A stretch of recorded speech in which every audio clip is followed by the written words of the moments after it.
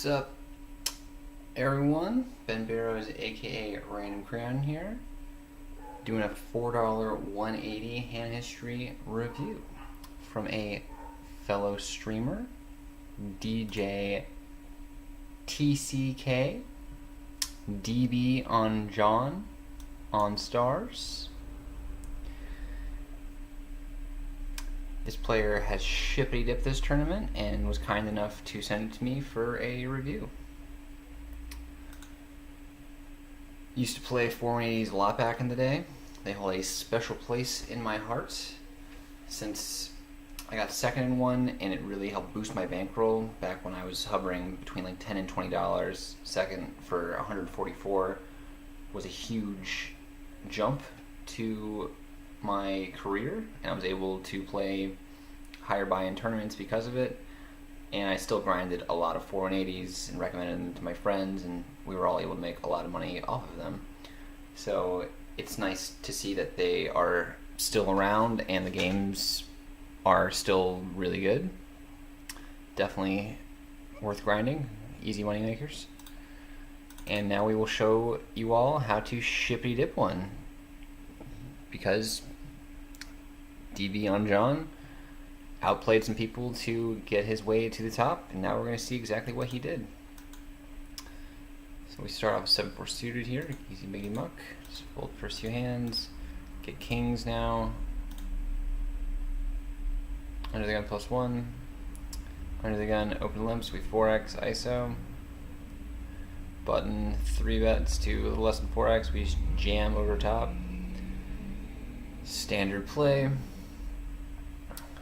and unfortunately gets sucked out on early by the queens, and got some work to do to get back in this thing.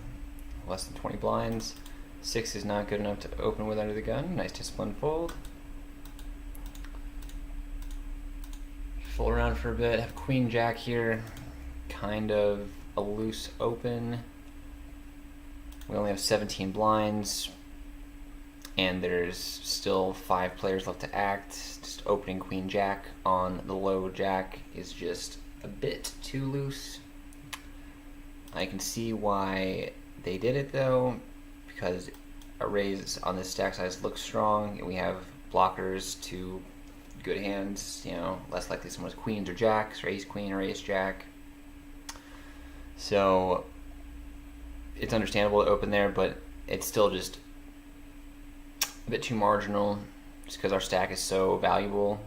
When we have less than 20 blinds, you just want to treat every chip very carefully. You just don't want to be raising all willy-nilly.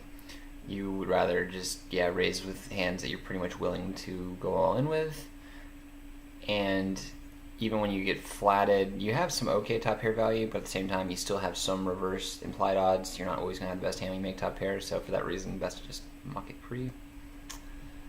But looks like everyone didn't have anything, or just viewed the open as strong, got it through, nice hand. King queen suited now on the button. Facing this under the gun +1 limp. Cut off limps behind, easy jam with a little less than 11 blinds. Original limper calls, cut off folds. And DB ships the flip against ace-3 off to more than double up and begin the comeback. 6 is now on the cutoff, facing this low jack open, hijack call. Nice discipline fold again, not getting the proper set mine odds. Ace-8 suited here. Facing an under the gun limp. Under the gun +2 and low jack limp behind. I think this is actually a cool spot to limp as well, because you're getting great odds. You are in position to all these limpers. There's only 2 players left to act that could raise you off your hand, and it's unlikely anyone's really going to do that too late. I'm getting almost 6-1 with a suited ace, likely ahead of most of players' hands, so might as well just see cheap flop in position, reevaluate. But you know, folding's not terrible either. Definitely limp this on the button though, and cut off as well. But yeah, it's not terrible to fold, but I think it's probably worth just seeing a flop and reevaluating. Now we have 6-3 suited in the big blind. Facing this massive, slightly under 6x open from the low jack, cutoff calls, button calls, small blind comes along as well. We're getting great odds, over 5-1, but we only have 6 high, and this is such a substantial portion of our stack, about 20%. So it's better to just muck it 20%, or is it more like, it's closer to like a quarter of our stack. Yeah, like it's still just a very large amount of our chips, so we don't really want to be just calling it off pre, especially when, you know, the original raiser probably has an overpair, so even when we have like top pair on like a 6 high board, not going to be the best hand generally. You know, like we have to make 2 pair plus to, you know, feel confident that we are good here. And again, we're getting okay odds, but it's just not really worth it. You know, some players still have better flush draws and therefore better flushes whenever we get there. And our straight value just isn't that good. We get a king, 6 deuce, 2 heart, 1 spade board. And we get a massive c-bet, slightly more than pot, cutoff calls, all in for half the pot. And we decide to call as well. But I think folding is definitely the best play, always behind someone has at least a king. So we're really just calling to draw to 5 outs, you know, or 2 6s for trips and 3 3s for 2 pair. Obviously we have a backdoor flush draw and straight draw, but again, like our overall equity is just not really going to be good enough against these other players who just have better hands. You got to get there, and thankfully you do. You turn trips to ship the dip and get well over starting stack, nearly double it, and get back in this thing. Nice, but again, probably just, definitely just a bit too loose. Easily just fold pre. And I guess once you call pre, you know, there's a lot in there, so I understand why you stacked off, but it's still better to just muck it really in both places. Just too marginal of a hand to go with. Now we have ace queen on the button. Facing this under the gun plus 2 open limp, cutoff limps as well. 5x ISO, I think this is fine. I think it's the minimum amount that the raise should be though, since it's a 4-180 and players are just a bit too loose, and we'll call a raise pre very wide. You want to make it as big as possible when you have a good hand, so that way you just juice up the pot more. You have more in there to be won whenever you make your good top pair, and you just charge worse hands the maximum, you know, to draw out on you. You want to make them make as big a mistake as possible. And 5x is fine. I think it's the minimum amount again though that should be raised to. I think you can make it 6x or 7x, 180, 210, even go as high as like 240. But we get 2 calls, one from the small blind, one from the cutoff, and small blind leads, and the cutoff folds. And we have 2 overs from backdoor straight draw on this Jack 8-8 rainbow board, and they lead less than a third pot. And we're getting over 4-1 to call. You know, they could have draws. They could have 9-10 suited, queen 10 suited, and you know, maybe some other weird stuff that people just like to lead with here, like ace 10, king 10. Who knows? Like you'll see some random stuff here that doesn't really make a lot of sense. So ace queen could easily be the best hand, is the bottom line. So we might as well call in position, reevaluate the turn. And even if they have jack x, jack king, jack 10, we still got 2 overs, still got, decent chance at having the best hand by the river. And small blind leads again, a bit less than the third pot. And now we turn a double gut shot. We can make a straight with a king or a 9, and we still have some decent top pair potential with our ace. Queen, not so much anymore because it'll put out 4 straight. If they have a 9, then, you know, a pair of queens doesn't mean too much. So we might as well just call. Again, getting great odds in position with more outs to improve. We do so, get an ace on the river. Now we have a decent top pair. They check, it's a good sign. Very likely we have the best hand now. They had trips. They had like straight with king queen, 2 pair with like ace jack or ace 10. They would very likely bet again. So when they check, we can be confident that we have the best hands. We might as well put out a value bet. And the question is, what is the optimal size for said value bet? And DB on John here decides to go about pot. Small blind has 1280 left, and there's 1384 in there. He just puts them all in, which is fine, but I think it's going to be better to bet like half pot, maybe even as low as like a third pot or a quarter pot, to just induce a call from Jack X, which is their likely holding here. They could, have Jack Queen, Jack 9, Jack King, and they just bet the flop, bet the turn, just to protect their top pair. And then they just check on the ace river because now there's an overcard. And I think by betting, like half pot at the most, you just make it more likely that they call you off, with their pair because they're getting better odds to do so. But when you jam, they're just getting really bad odds, and it looks super strong when you call flop, call turn, or ice wing pre. You could easily have like a full house here. You could have 2 pair. So, I think it's better to just, bet less and just give yourself a higher chance of getting paid. And I fold. DB ships the dip. Queens on the cutoff. Facing this under the gun +1 open. Hijack calls. 3-bet time, and love the sizing. They get 4x the open call, which is fine. I think this is probably like the minimum you should make it. Maybe like 4. You could make it 400, I guess, is the min. But I think I'm still sizing the bigger side is better. You could even go a little larger. You could make it 500. You could make it even 550. Probably 600 is about the max you should go here. You want to make it big. You want to make a mistake by calling or 4-betting with worse, and you want to give them room to do so. But again, you don't want to give them the right odds to call you profitably, out of position, and draw out on you.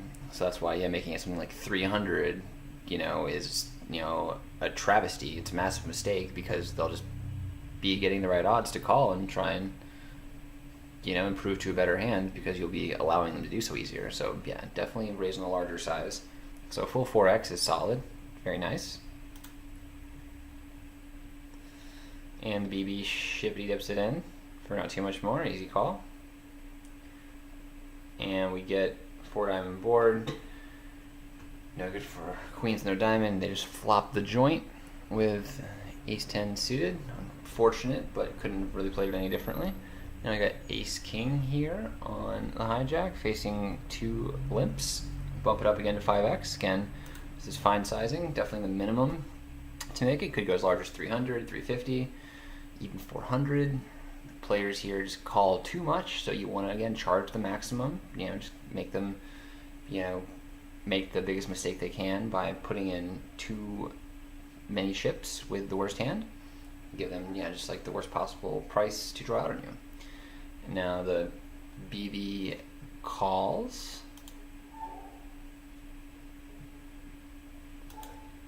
And under the gun +2 calls. We see a flop of 4, 6, 5, 2 hearts. We have no hearts, so very easy fold to this half pot lead from the BB. So many bad turns. You know, it's unlikely our ace king is even good on the flop. Even if we neg top pair, they could already have like a set, 2 pairs, or straight, so might as well just let it go. Make it easier on ourselves. We got 9s here. Small blind. Play the ace deuce here. Let's see. Looks like we may have defended. 3x from low jack, hijack calls, we call as well. I think this is definitely just a fold pre. Ace deuce off. Just plays poorly against a 3x. Me or the misses is usually going to have a better ace or a decent pair, probably like 8s plus, 9s plus. And the hijack could easily have a better ace as well. So a lot of reverse implied odds whenever we make top pair. You know, still not always going to win the pot. And, you know, obviously a deuce is the lowest possible card. No real value making a pair there. Not even suited, no flush equity. And we have the wheel draw, which is like pretty much the only thing going for us. But we're not really going to make, you know, a 3-4-5 board often enough to really come along. So, yeah, folding pre is definitely best. Get a 10-6-7 diamond board, bet call, easy muck. 9's now here in the small blind. Facing is under the gun, +2, open limp. Low jack, limps behind, cutoff also calls. Oh, excuse me, not cutoff, but button calls. We limp in the small blind. And this is an interesting spot. Stampin' Bariqua and my girlfriend, we talked about this for a decent amount, trying to figure out what the best play here is. And we determined that completing like you did is probably best. It just makes it a lower variance situation because when you raise, you're usually going to get called by at least one person in position, and it makes it kind of tricky to play 9s post because there's usually going to be an overcard on the flop, a lot of the times 2, and then you're just kind of playing guessing games post. You know, not really sure if you should c-bet or if you should check call, and if you do check call, you know, do you check call on the turn as well? I mean, it all is just board dependent, but basically you're just going to be playing a bloated pot out of position, and it just makes it just kind of awkward, and you know, you're not quite certain exactly what the GTO line is. So to avoid that, might as well just limp, see a cheap flop, and then, you know, just proceed on boards that are favorable, like all unders, or when you obviously flop a set, even like 10 high boards, you know, checks around, you know, there's an undercard, you can like value at the turn. And that seems to be better than the other option of jamming, which seems kind of appealing because there's 300 in there, you have what, like 2,000, so that's like 15% of your stack. If you just go all in, everyone folds, it's an okay increase. You know, it's worth considering, but once you realize that the BB has the same stack as you, more or less, like you're risking like 40 blinds with 9s, and they're going to wake up with a hand sometimes, so whenever they have an overpair and they just snap you off, it's just not really worth it, you know, just kind of punting off your stack this early in such a soft tournament. Plus, Under the Gun +2 has about 30 blinds, and they will be trapping occasionally. These kind of players do like to limp aces and kings in early positions sometimes. Still going to have a lot of, like, you know, straight draw, like suited connector, you know, like suited ace type hand, ace-5 suited, 7-8 suited, 10-jack suited, all these kind of, you know, just drawing hands. Just want to see a cheap flop. So, like, I think the range is probably weighted more towards that, but again, they're still going to show up with premium pairs sometimes, and then you're just in bad shape, you know, whenever you get it in against those kind of hands.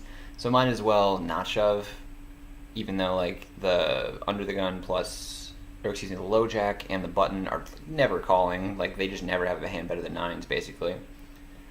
But, you know, occasionally they will overlimp a big pair. Like, I was actually playing this 3R 180 last night, and I have ace-7 off on the button, get an open limp from a dude who has been, like, more on the active side, seems kind of loosey-goosey, so their open limp just, you know, didn't seem very strong.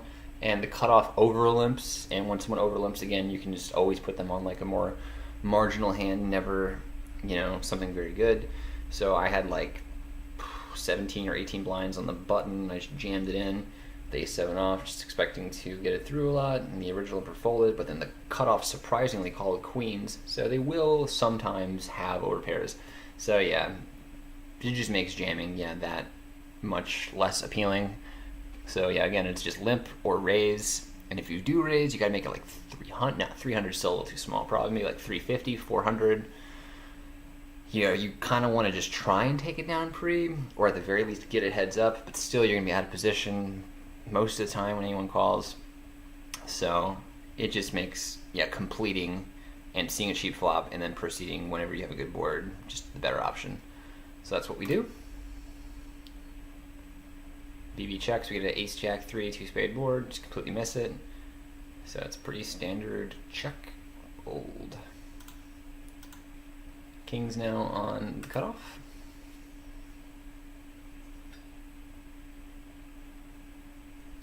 Under the gun +1 open limps. Low jack calls behind. We bump it up to 200 4x, which is a tad less than our other ISOs when we had 2 limps. We're making it 5x. But now kings is the second best hand, so you want to induce as much as possible with it. Understandable why you bet a little less, but I think you can still just go on the bigger side because everyone seems to call regardless. So you might as well just juice up the pot as much as possible so you can get in bets or bigger bets in easier later on the flop, on turn river. You just want to get as much money in the pot as possible when you have the best hand. And again, just charge these worse hands the maximum to draw out on you. King 9-8, rainbow board. Flop the nuts. You get a min lead from the original limper. Over limper calls. Now, what to do when we have top set on this King 9-8 rainbow board? Could call and under-rip your hand. Make it seem like you have like ace queen. You have like queens, jacks, or tens. And aren't a fan of the king high board. That way you can induce light value bets from either one on the turn, or bluffs even. But at the same time, there are some straight draws out there. If anyone has jack queen, jack 10, queen 10, even like 10-7 suited, 6-7 suited, you just want to charge those hands as much as possible to see a turn so that no one can just draw out on you, for cheap. So that's why I think raising like you do is fine, but at the same time, I think it's still acceptable to just call because there's no flush draw. And when you raise, it looks super strong just because you raised pre, now there's a lead and call, and then you raise again, and you block like a lot of hands that they could have for value. Like it's unlikely either one of them has a king since you have 2 of the 3 remaining kings. So the main hands that could really pay you off here are like king queen, king jack, like king 10. And since you have most of the kings, someone probably just doesn't have one of those hands. So for that reason, I think calling is okay, but at the same time, protecting against the straight draws out there is a valid reason for raising. So you do so, and they both fold. I think your sizing is okay. Maybe make it a little bigger. Maybe make it like 250, 300, just to charge them the most to draw out on you. But again, you don't want to raise too much because there's not many hands they can really call with. So you want to try and make it a little smaller to potentially induce, but they just fold. And DV ships the dip, and we move on to the next one. Ace-6 suited now in BB. Facing this under the gun open. Small blind calls, we get out of the way. Ace 5 off now in the small blind. Doesn't look like we do anything here.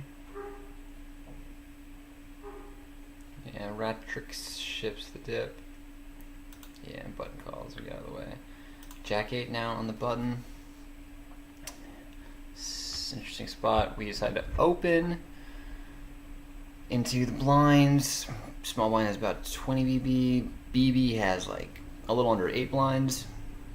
And we raise just Jack 8 on the button. 2.1 blinds. So if the BB were to flat this, they would have about 5.6 blinds behind. And then we would basically just like have to go all in on a lot of flops just to put the pressure on them. And if they go all in, we pretty much have to call, getting decent odds. Yeah, I mean, we'd obviously always be behind, but we would, just be getting the right price against, their wider, value shoving range. So I think, because of that, like, you can just fold the button because you don't really want to have to get it in with just jack high against whatever they decide to shove with, even though you're going to be getting the right price, but you don't want to have to put yourself in the position to call it off at getting the right price. You'd rather just kind of preserve your stack, and just raise a bit tighter of a value range here on the button that you're more comfortable getting in against the BB. Definitely Jack 10 you would raise. Jack 8 suited for sure. Jack 9 off is a little more marginal. You could raise it. I mean, again, if both blinds are super tight, you don't think either one's going to be shoving all in over your raise very much, then yeah, sure. You just raise here. And it looks like that's, probably why you did so. They both fold. So, yeah, nice hand. So I think, yeah, you can open this sometimes, but I don't think you should open it every time. Again, it's all player dependent. Now we have ace king on the cutoff. Button ships it in. And that's a good reason, again, to raise a little lighter on the button to induce action more later. If everyone perceives you as more aggro, then you will, get played back at more when you actually have real hands, like here. Button, ships in for 19 blinds over this cutoff open. Flop top pair, and we are good against the ace queen. Nice hold. Yeah, I mean, looks like they were going on with that regardless. It's a cooler situation. Ace king against ace queen. Nice hold. DB on John. And we are gonna end the first part of this video here. Be back for part 2. Hope to see you guys for it.